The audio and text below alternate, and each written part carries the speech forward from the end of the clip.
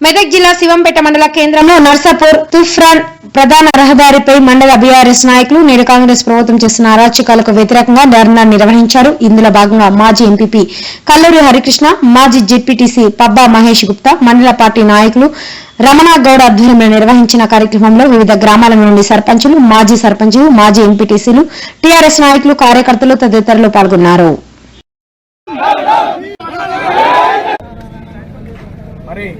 ఎడారిగా ఉన్నటువంటి తెలంగాణను మాగానిగా మార్చినటువంటి కేసీఆర్ గారు మరి ఆయనను తప్పుబట్టే క్రమంలో ఒక చేతగాని దద్దమ్మ ముఖ్యమంత్రి అయి మరి ఏ రకంగా అభివృద్ధి చేయాలి, మరి రాష్ట్రాన్ని ఏ రకంగా ముందుకు తీసుకుపోవాలనే ఆలోచన కూడా లేనటువంటి వ్యక్తి ఎప్పటికప్పుడు విదేశీ పర్యటనలు చేసుకుంటూ మరి మన నాయకులను ఇబ్బంది పెట్టే క్రమంలో రాష్ట్రాన్ని మరి ఆధునిక కాలంలో ప్రజా ఉద్యమాల ద్వారా ప్రజలను అందరినీ చైతన్యపరిచి మనకంటూ ఒక రాష్ట్రాన్ని మన ప్రజల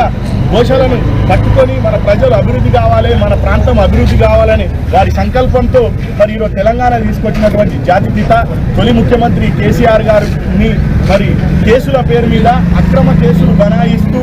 సిట్టు వేసి కేసీఆర్ గారిని కానీ అదేవిధంగా రాష్ట్ర పార్టీ